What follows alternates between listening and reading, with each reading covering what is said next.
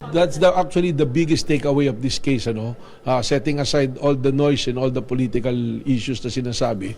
Ang lesson natin siguro dito is mapulis natin yung social media na posting to be a news outfit, parang yung conventional media natin, kayo, you are guided by KBP. Pag may ginawang kalokohan, pwedeng magsuspinde, magpataw ng suspension. So probably, we will push a legislation to that effect to regulate, not to curtail, but to regulate or to give some rules and regulation kung ano yung behavior. Kasi ang dami ngayon na wala namang background ng journalism, hindi nagana ng journalism, mas media na. Even on the small provinces, locality, yun na yung pinupost nila. And that's very unfair to you na mga nag-aral talaga, may background, nagbabayad ng buwis. Di ba? Kung ano yung pumapasok, inaharap talaga. So, kailangan siguro magkaroon ng regulation on this matter para maiwasan na to. Maiwasan yung ganito. Tingnan natin, walang advertisement, wala namang pinagkukuhanan ng income, pero ang lalaki ng pera. Kaya, kung sinasabing malakas yung kaso, I want to connect it dun sa initial na question. Yun yung malakas na proof na bakit may malaking demand na ganon. Bakit yung video na yan, last year pa pala ginawa, nasa kanila naman, nandun naman yung state, last year pa, bakit hindi lumalabas? Ibig sabihin dito, there is no intention of putting out this video. The intention is to get a big payout, malaking kita, which is 350 ang original, down to 300. So pag binalik ka na yung history, they're trying to build up. Sabi sila, nag-research ng mahaba. O siyempre, para kang nag-produce siguro ng isang pang-blockbuster na pelikula na kailangan blockbuster din ang kita, di ba? Director, nung suppose 90-minute video expose daw nila Mabanta, are you planning to look into it, sir? Of course, kasi yun yung subject no? Ang kwan ko dito niyan, yung sa 90-minute na sinasabi na yan, hindi namin hawak, but we were able to get hold of their gadgets. And nahuli sila with the violation in relation to Republic Act 1175, which is the anti-cybercrime law, no? So, yan, ebidensya lahat yan. And even if they will be released on bail, it will be under our possession. Pwede na namin actually buksan ngayon yan at tingnan sino yung mga kinausap, ano yung mga history na nangyari dyan, ano yung mga videos pa na nandiyan dyan, meron bang ibang naging biktima. But just the same, just to be sure, just to be fair, at wag sabihin na politika, we are already applying for a cyber warrant to access all their gadgets para makita po namin. Director, Yes po. CJ Hero, you mentioned person of interest. Papatawag din po ba or na-contact niyo? Well, ipapatawag namin siya. We will go through the process. Actually, kung tutuusin, based dun sa complaint na binigay, dapat napasama na siya. But we want to exercise caution and the NBI would like to follow the rules. Na sobra na, bigyan natin na sila ng mas sobra pa dun sa requirement ng due process para wag sabihin na politika. Kasi nakakasawa na yung maririnig mo, politika again, this is my opportunity to say, we have 192 cases, successful operations, indicted, resulting to indictment and arrest. Mula po noong February 23 when I assumed office. Doon po sa sinasabi nilang politika, 3 lang yung kaso. 3 personality lang. Yung ang sinasabi set up or politika. Ito na nga si Franco Mabanta. Pangalawa si Jason Sa nung inaresto. Pangatlo si Mike Defensor. Doon sa 192, you check the records kung meron pang iba. All cases na niya dyan. Pero doon sa 3 kaso na yun, we are guided by rules. We are guided by evidence. We are guided by procedure. Isa-isay natin ulit. Mike Defensor, kasama naman po, may taga-media tayong kasama roon, ni Region Lugar. Ang question, may human trafficking ba? Meron. All the elements are there. Sino nagpapatakbo ng lugar? Nakarehistro sa pangalan ng asawa at anak niya. Kung sinasabi niyang dapat wag isama yung asawa at anak, siya yung naglagay sa asawa at anak niya dyan.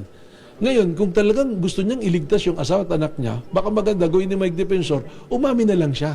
Aminin na lang niya na ginawa niya lang dami yung asawa at anak niya at siya talagang nakakaalam niyan. Jason Sa, inaresto namin based on na mandato de arresto na inisyu ng RTC na yun naman malinaw yung nakalagay not bailable. So sabi, bawal mag-aresto pag weekend or what. But on non-bailable cases, kailangan gawin namin yung mandate natin. Alam naman natin pag may aresto at non-bailable, tumatakas. So inaresto natin, anong ginawa ng NBI after ma-arrest? Yung return of service of warrant, agad na binigay sa korte because I myself and the people of NBI gusto naming malaman, non-billable ba talaga to? And the court rectified the order on May 2, Saturday, na pwede na silang mag-bill. Pinuntahan nung warden namin si Jason sa anong sabi niya? May sakit yung, nasa ospital yung lawyer, hindi makapagpiansa. At sinasabi ni Attorney Mark Tolentino na very humble yung judge, nag-apologize. That's the half of the story. Because the other side, pinagsabihan siya na bakit pwede na mag-bill, hindi ka nag-bill nung Sabado. Kayo na mag-isip, bakit ginamit na ganun? Sa social media, yan na naman yung mga nagpaano na media outfit. Kawawa naman si Jason Sa, hindi pa rin pinapakawala ng NBI. Meron ng release order. But we are also guided by rules. Kung may iba ka pang kaso na pwede kang i-hold, walang clearance, kailangan i-holdingan mo ng clearance. May 4 na kaso siya. Lumabas dun sa database ng NBI. Anong ginawa namin para walang issue na politika? Mag-sign na lang kayo ng undertaking na yung clearance ipiprovide nyo sa amin after 3 days. Tumawad si Atty. Tolentino, pwede ba 7 days? Binigay namin. Pero sa social media, nung sinasabi nila, ang NBI tool nilalabanan. Yan yung kay Jason Sa. Ngayon kay Franco Mabanta. Ando dun kayo. Nung ni-raid, nung hinuli, paano magiging setup? So, it's just unfair. I'm saying this because it's very unfair to the men and women of NBI. Kami po rito kumikilos hindi base sa opinion, hindi base sa emosyon, hindi base sa political affiliation, kundi base sa ebidensya na ayon sa batas at naayon sa proseso ng NBI at ng batas. Director, ikaw lang po yung pag-push ninyo na sa Congress nga. Ano po yung magiging hakbang po ng NBI? Is it immediate po yung...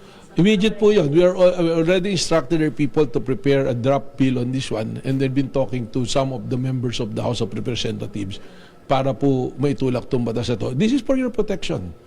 Protection of the real mass media. Hindi po para gamitin na tool. Iba na po ngayon. Ang dami naman.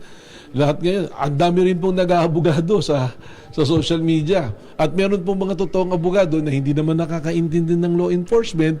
Nagsasabi, nakakatawa minsan yung mga komento. Kagaya nun dun sa budol money na ginamit. Na sasabihin ko na si Atty. Guanzon, lawyer yan, magaling na lawyer. Anong sabi niya? Sabi niya, saan kumuha ng 75 million? O, di ba, naka-freeze yung account? Ganyan, ganyan. Sino ang namumuliti ka ngayon?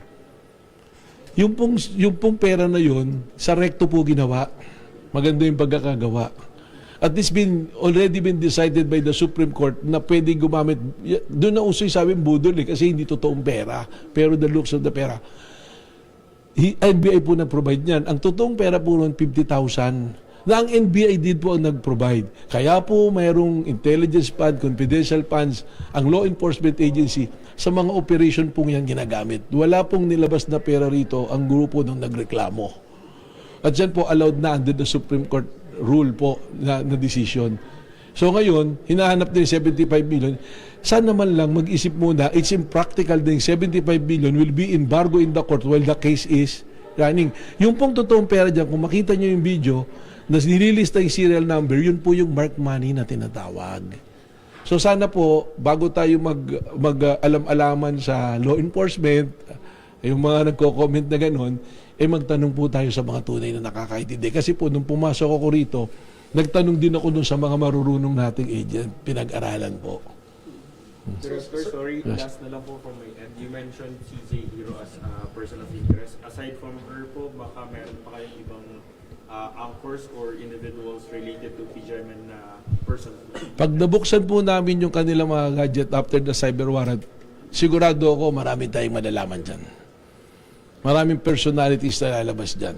Makikita na yung pag-usap. At kahit may mga binura na sila using other device, there is we have an equipment, a tool to get all those messages, videos na dinilit at binura po. Director, while yet to happen pa po yan, pero may mga nagpaparamdam na po ba ng mga politiko sa inyo na possible na ba-blackmail din? Baka nakatap yung telepono ko sa iyo, paano mo wala naman diretsyong nagsabi na na-blackmail sila, but from the looks of it, parang yun yung gustong direction. Either yung sa kalaban nila sa politika doon kumampi kasi may gano'n na pag-uusap, or sila mismo hindi sila pumayag pumunta roon.